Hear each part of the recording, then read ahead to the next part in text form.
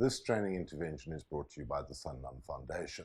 Hi again, I'm Matthew Lester from the Rhodes Business School in Grahamstown. In the second video in this series, we are going to be looking at what is investment and how complicated it can get. In the first video intervention, we concluded that saving alone is not going to make you rich. You might just keep pace with inflation. We have to look at taking on some form of equity return if there is to be any prospect of beating inflation. So there you have it. That is the JSE All Share Index over the past 3 years.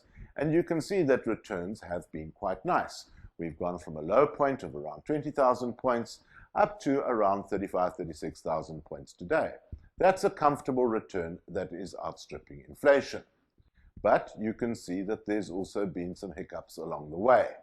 If one takes particularly the situation in August last year, we see that the stock market dropped substantially over a period of about a month. If you were in the wrong place at the wrong time, that could have been very expensive. So we go back to our spectrum going from zero risk to insane risk, and we overlay on that a time horizon.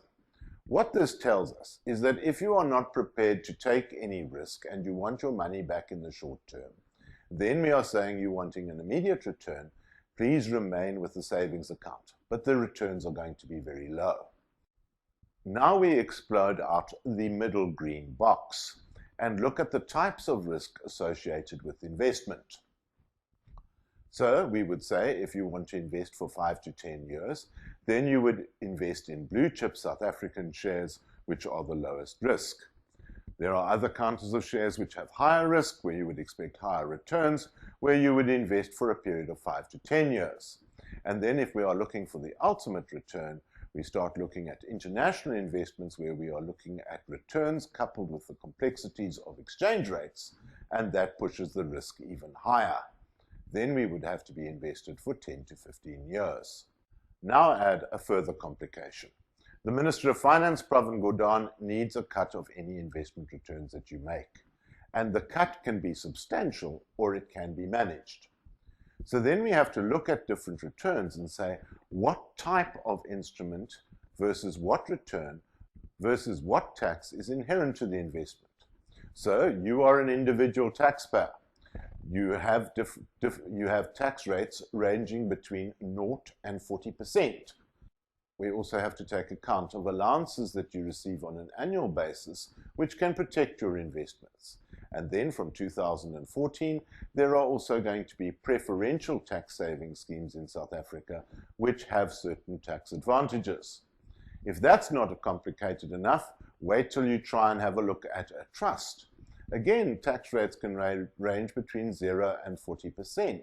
And there are various ways of managing the taxation of trusts, which gets very complicated, where we cause income to be attributable to the trust beneficiaries.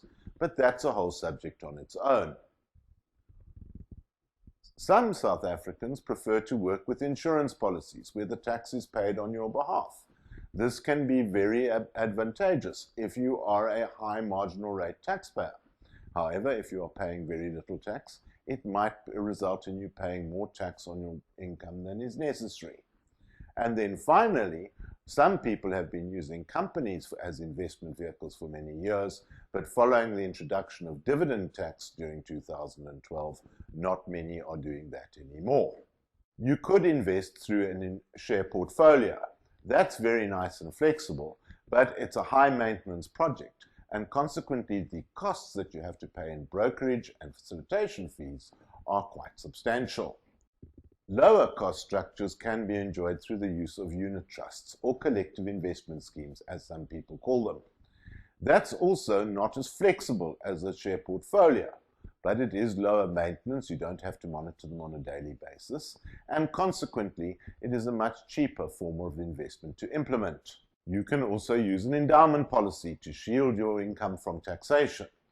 That's also not that flexible.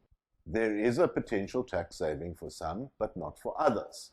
The problem may be that your investment is locked in for a period of 5 years. And then finally, there's the question to consider, do I need a retirement annuity? Retirement annuities are probably the least flexible, but there is a huge tax saving. The downside is that you are locked into your investment till you retire. Complicated, isn't it? Well, we've got to look at this and say there is a huge difference between speculation and investment. Investment is a science. Speculation is an old art of guessing. Financial institutions have been formed to spend fortunes on technology and research to create the answers that marry risk with reward. That's a science that has been developed over many years. This is not the sort of knowledge that is available to the man in the street. That's why you consult with a professional advisor. These are the people that have the technology to help you find the right products that you need in your investment strategy.